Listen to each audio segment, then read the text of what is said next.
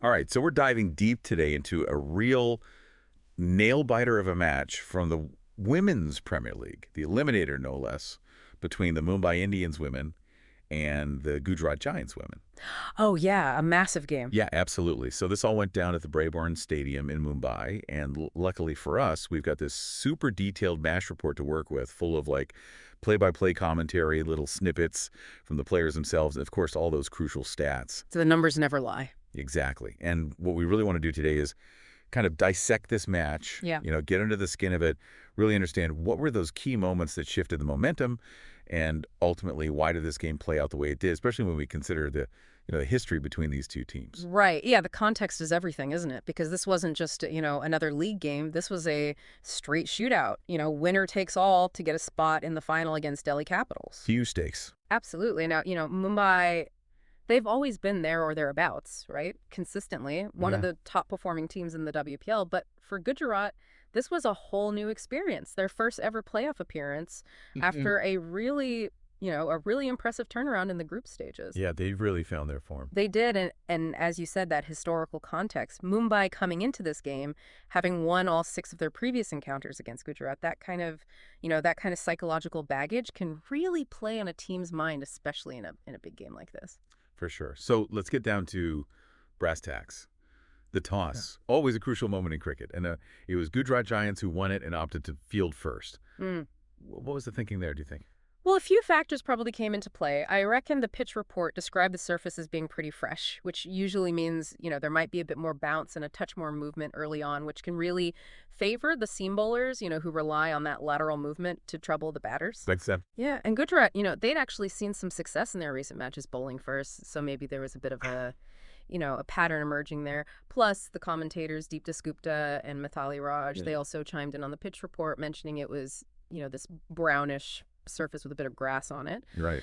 And interestingly, although chasing teams have generally done pretty well at Brambourne in the WPL, that trend hadn't really held up so far in the 2025 season. So perhaps Gujarat, maybe they were looking to exploit those early bowling conditions and try and restrict Mumbai's scoring. Interesting. And of course, for those following along at home, there were a couple of notable changes to the team lineups, weren't there? Yes, indeed. The big news for Gujarat, and this was literally just before the game, was an injury to Deandra Doughton during the warm-ups. Oh, no, that's a big blow. It was a huge blow. I mean, she's Yeah. such an experienced player, a genuine match winner, and, her all-round abilities would have been a real asset for them in this game. So Danielle Gibson came in as her replacement, making her WPL debut, which is, exciting to see new talent coming through. Definitely. And for Mumbai, just the one change, Saika Ishake back in the side to bolster their spin attack, replacing Prunika Sisodia.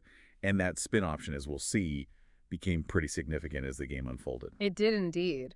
So, right, let's get into the Mumbai Indians women's innings now. And I think it's worth remembering that they themselves had struggled a bit with their opening partnerships earlier in the tournament. Finding that consistency at the top can be so crucial. Right. So how did they get on this time around? Well, they did start a little cautiously, to be honest. Yastika Bhatia, she showed some glimpses of aggression early on, hitting a couple of nice boundaries, 2 fours in the second over, bowled by Kashvi Gautam, and another one in the fourth over off Tanuja Kanwar. But she couldn't quite convert that start. Yeah. Her innings was cut short by Danielle Gibson, caught by Barty Fulmali for 15 runs off 14 balls, so that opening stand didn't really provide the fireworks they might have been hoping for.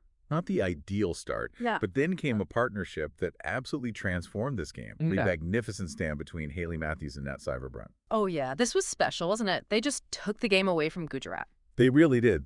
So tell us about this partnership. Well, they put on a whopping 133 runs for the second wicket, and they did it in just 71 deliveries. It was incredible. Batting full of power and, real cricketing intelligence. They just completely dominated the Gujarat bowling attack. Amazing. And where do we even begin with Haley Matthews, who deservedly picked up the Player of the Match award?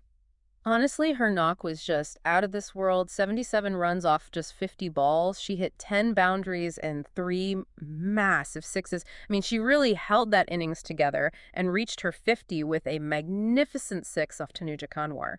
In her post-match interview, she actually talked about how well she was timing the ball that day. She said she felt like she was getting good value for her shots. Everything just clicked for her. It really did. And she also spoke about how well she and Cyber Brunt complemented each other out in the middle. They really really rotated the strike well and put the pressure back on the Gujarat bowlers. And of course, Nat Sayrebra was equally destructive out there, wasn't Yeah. she? Oh, absolutely. She was in sublime form that day. She matched Matthews' aggression, stroke for stroke. She also smashed 77 runs, but she did it off just 41 deliveries, also hit 10 boundaries, and two big sixes reached her 50 with a six-off Danielle Gibson. And, Cyver Brunt, she has this incredible track record in WPL playoffs. She always seems to deliver when the pressure is on. Yeah, real big game player. She is, and she actually mentioned in her interview how much she enjoys batting at Braeburn. She said the good wickets and the fast outfields really suit her attacking style of play. And get this innings actually made her the first player to score over 500 runs in women's T20s at Braeburn. So that just shows you how dominant she's been at that ground. That's some impressive stuff. And just when you thought Mumbai might lose a bit of momentum towards the end, in comes Harmanpreet Kaur and provides an absolute fireworks display. Oh, she did. She just came in and blasted 36 runs off, just 12 balls, hit 2 fours and 4 massive sixes. I mean, it was the perfect finish to their innings. Yeah. She really capitalized on the platform that Matthews and Cyberbrown had built and just took their total well beyond that 200 mark. A real captain's knock. Absolutely. And, while all this was going on, the Mumbai batters putting on this incredible show, it felt like Gujarat's fielding really let them down in some key moments. Yeah. It wasn't their best day in the field, was it? No, not at all. I mean, the match report highlights several dropped catches and misfields by Gujarat, and there's no doubt that those errors really contributed to Mumbai's huge total. The stats actually show that Gujarat had the worst fielding record in the WPL in 2025 across a number of key metrics. Yeah. Most misfields, most catches dropped, and the lowest overall catching efficiency. And you just can't afford to give those kinds of chances to world-class batters like Matthews and Seaver-Brunt. It really cost them dearly in the end. Mm-hmm. And the result of all that batting firepower and those fielding laps is, well, a record-breaking total for the Mumbai Indians women. Exactly. They ended up on 213 for 4, which was the highest first inning score ever in a WPL playoff match, and also their highest ever total against any opponent in the WPL. And to top it off, they smashed a record 9 sixes in that innings. I mean, Gujarat were left facing a mountain of a chase. A mountain indeed. So let's turn our attention now to the Gujarat Giants women's innings. Mm-hmm. They needed a monumental effort to chase that down, but they suffered an early setback right in the first over. Oh, yeah. That was a huge blow. Shabnam Ismail, with her pace and experience, she struck early, getting rid of Beth Mooney, who was caught by Matthews for just 6 runs off 5 balls. And, losing your in-form opener so early in a big chase like that, it puts a massive amount of pressure on the rest of the batting lineup. Definitely. And as if that wasn't challenging enough, Gujarat then suffered 2 really damaging runouts, which completely halted their momentum. Yeah, those runouts were crucial moments. They lost both Harleen Dial and Danielle Gibson. And in a high-scoring game like this, you just can't afford to lose wickets in that manner. Those moments really disrupted their rhythm and made that already difficult chase even harder. Yeah, they never really seemed to recover from those setbacks, did they? Not really. They did have a few partnerships, players like Phoebe Litchfield and Danielle Gibson. They tried to build something, but they were always fighting against a really steep required run rate. They needed over 10 runs and over right from the start, and those early wickets and the runouts just meant they were constantly playing catch-up. The pressure just kept mounting.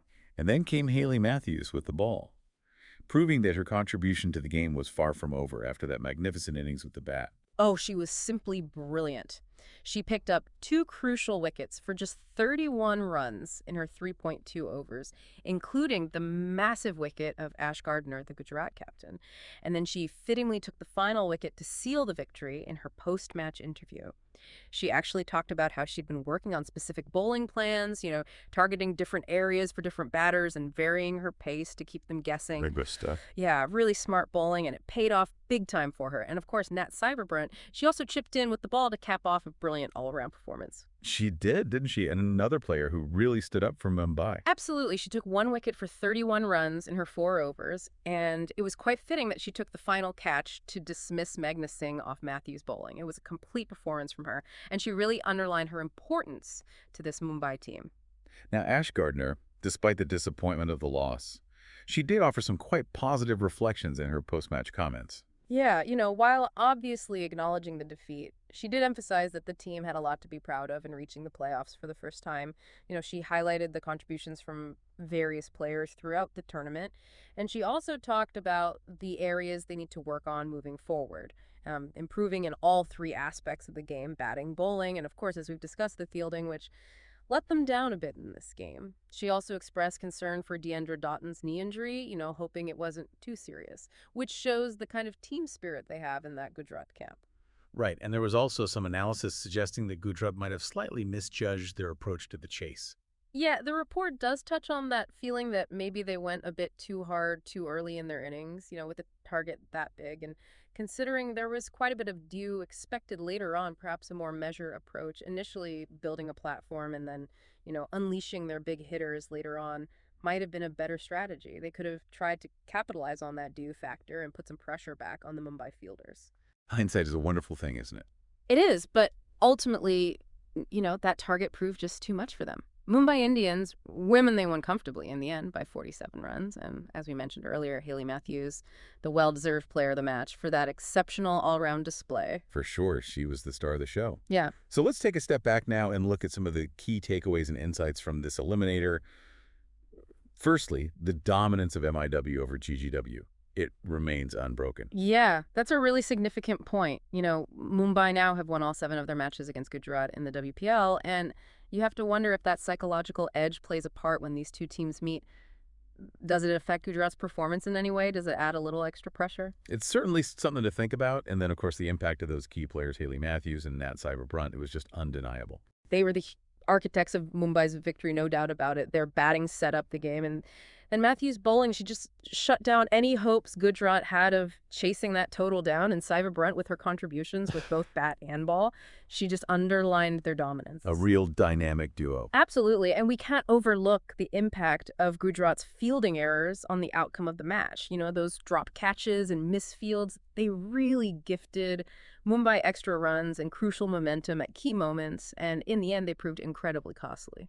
Yeah, it's a reminder of how crucial fielding is in T20 cricket, especially in these high-pressure knockout games. And do you think Mumbai's greater experience in playoff matches played a role in how they handled the pressure compared to Gujarat, who were, making their debut at this stage? Yeah. It's definitely possible. Mumbai have been in these big game situations many times before, and that experience of dealing with the nerves and the intensity of knockout cricket, it can be a real advantage. They looked composed, they executed their plans well, whereas Gujarat maybe feeling the pressure of their first eliminator, they did seem to make a few more unforced errors at crucial times. Yeah, perhaps a bit of stage fright. Maybe. And finally, this victory sets up a mouth-watering final clash between MIW and Delhi Capitals. Now we know they met twice during the league stage. Yeah, what happened in those games? Well, Delhi actually won both of those encounters, which makes this final even more intriguing. It's a rematch of the inaugural WPL final.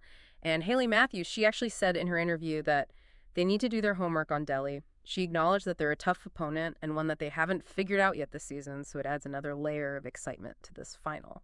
It does indeed. All right, so let's wrap up this deep dive. We've seen how Mumbai Indians women delivered a dominant batting performance fueled by those brilliant knocks from Matthews and Cyber-Brunt Gujarat Giants. They'll be ruining those costly errors in the field, and ultimately, MIW secured their place in the final with a comfortable 47-run victory. A well-deserved victory, I'd say. Mumbai, they seized the key moments, and Gujarat, unfortunately, they just couldn't match them, especially in those crucial moments in the field. And on that note, let's leave you with this thought. While the individual brilliance of Matthews and Cyber-Brunt was undeniable, how much did that psychological factor of MIW's unbeaten record against GGW contribute to Gujarat's performance, especially in those critical moments like the dropped catches? Could that history have added an extra layer of pressure that affected their execution on the field? That's a really interesting question, isn't it? Sometimes those past results, they can weigh heavily on a team's mind, creating this mental hurdle that can be just as difficult to overcome as any tactical or skill-based challenge. Food for thought, for sure. So the WPL final is set. Will Mumbai finally break their losing streak against Delhi this season, or will Delhi repeat their league stage dominance? We encourage you to delve into those stats, analyze those team compositions, and let the anticipation build for what promises to be a thrilling conclusion to the WPL 2025 season. What are your predictions for this final showdown?